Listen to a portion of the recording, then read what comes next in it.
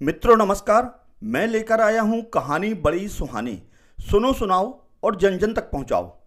एक मंदिर था, उसमें मंदिर के सभी सेवक कर्मचारी पगार पर काम किया करते, चाहे पूजा करने वाला हो, आरती करने वाला हो, घंटा बजाने वाला हो और चाहे साफ सफाई करने वाला हो।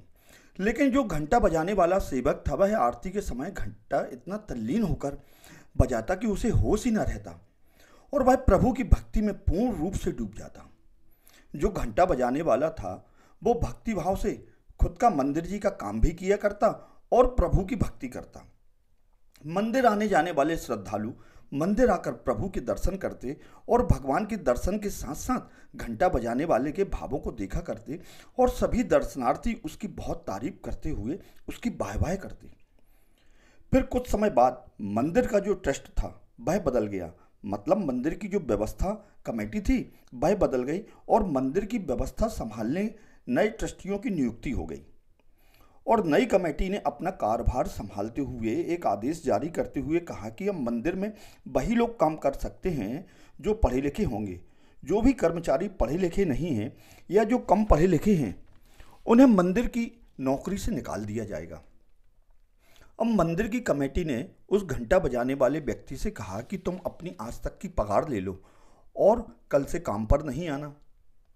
तो वह घंटा बजाने वाला मंदिर के ट्रस्टियों से कहता है कि भाई मैं पढ़ा लिखा अवश्य नहीं हूँ, पर इस कार्य में मेरा मन और मेरा भाव भगवान से जुड़ा हुआ है। तो मंदिर कमेटी के ट्रस्टी उससे कहते हैं कि भाई तुम पढ़े लिखे नहीं हो, इसलिए हम तुम्हें मंदिर की व्यवस्थाओं में नहीं रख सकते। अब मंदिर में पढ़े लिखे लोगों को ही व्यवस्था में रखा जाएगा।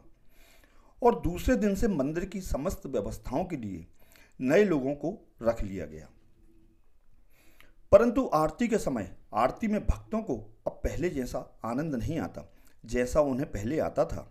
उन सबको घंटा बजाने वाले की कमी महसूस होने लगी। कुछ दिन सब इसी प्रकार चलता रहा। भक्त मंदिर आते, भगवान के दर्शन करते, आरती करते और अपने घर की ओर चले जाते, मगर पहले जैसा आरती में आनंद उन्हें अब नहीं मिल रहा था। आखिरकार एक दिन सभी भक्तों ने इकट्ठा होकर निर्णय किया कि उसी घंटा बजाने वाले को मंदिर जी में बुलाया जाए। तो सभी भक्त घंटा बजाने वाले के घर पहुंचकर निवेदन करते हैं कि भाई तुम मंदिर आया करो, तुम्हारे बगैर मंदिर में आरती में अब मज़ा नहीं आता, तुम फिर से मंदिर आना चालू कर दो।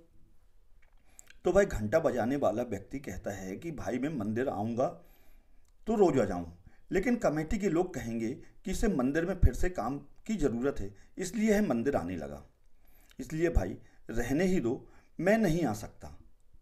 लोग उसकी यह बात सुनकर उदास हो गए। तभी किसी व्यक्ति ने उस घंटा बजाने वाले से कहा, भाई मेरे दिमाग में एक आइडिया है, लेकिन तुम मना न करना, उसमें तुम्हारा काम भी हो जाएगा और अपन सबको भगवान की आरती करने में आनंद भी आने लगेगा। तो वहाँ सभी लोगों ने कहा, क्या आइडिया है बताओ। तो वह कहता है, इनको अपन सब मिलकर मंदिर के सामने एक पूजा सामग्री की दुकान खुलवा देते हैं। तुम वहाँ बैठकर अपनी दुकान भी चलाओ और आरती के समय मंदिर में घंटा भी बजाया करो। फिर तुम्हें कोई ट्रस्टी नहीं कहेगा कि तुम्हें मंदिर में काम की ज़रूरत है। फिर घंटा बजाने वाले को सभी ने मिलकर मंदिर के सामने एक दुकान खुलवा दी। दिन में वह दुकान में बैठता और शाम के समय मंदिर में आकर आरती में घंटा बजाता। सब भक्तों को आरती में पहले जैसे आनंद की प्राप्ति होने लगी। अब घंटा बजाने वाले की दुकान भी अच्छी चलने लगी और उसकी एक दुकान से 5 से 6 दुकानें हो गईं। और हाँ, उसने अब धीरे से एक पूजन सामग्री बनाने की एक फैक्ट्री भी खोल ली और अब वह अच्छा खासा धनवान हो गया।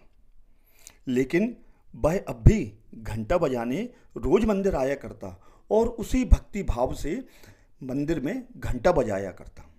समय बीतता गया और मंदिर जी का जो ट्रस्ट था उसकी कमेटी फिर बदल गई।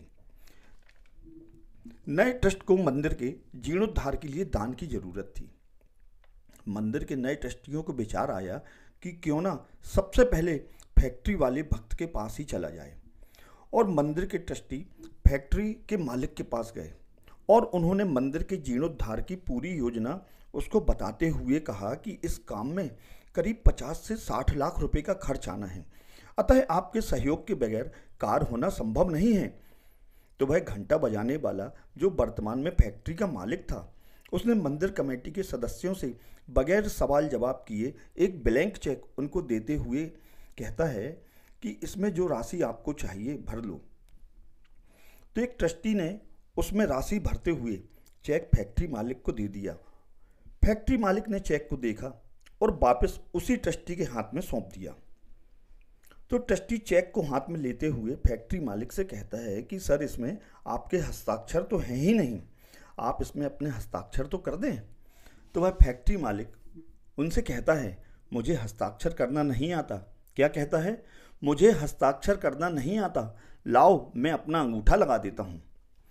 फैक्ट्री मालिक की यह बात सुनते ही मंदिर के सारे ट्रस्टी चौंक गए और एक बोला, भाई साहब, आपने बगैर पढ़े लिखे होकर इतनी तरक्की की, यदि आप पढ़े लिखे होते तो ना जाने आप कितनी तरक्की करते।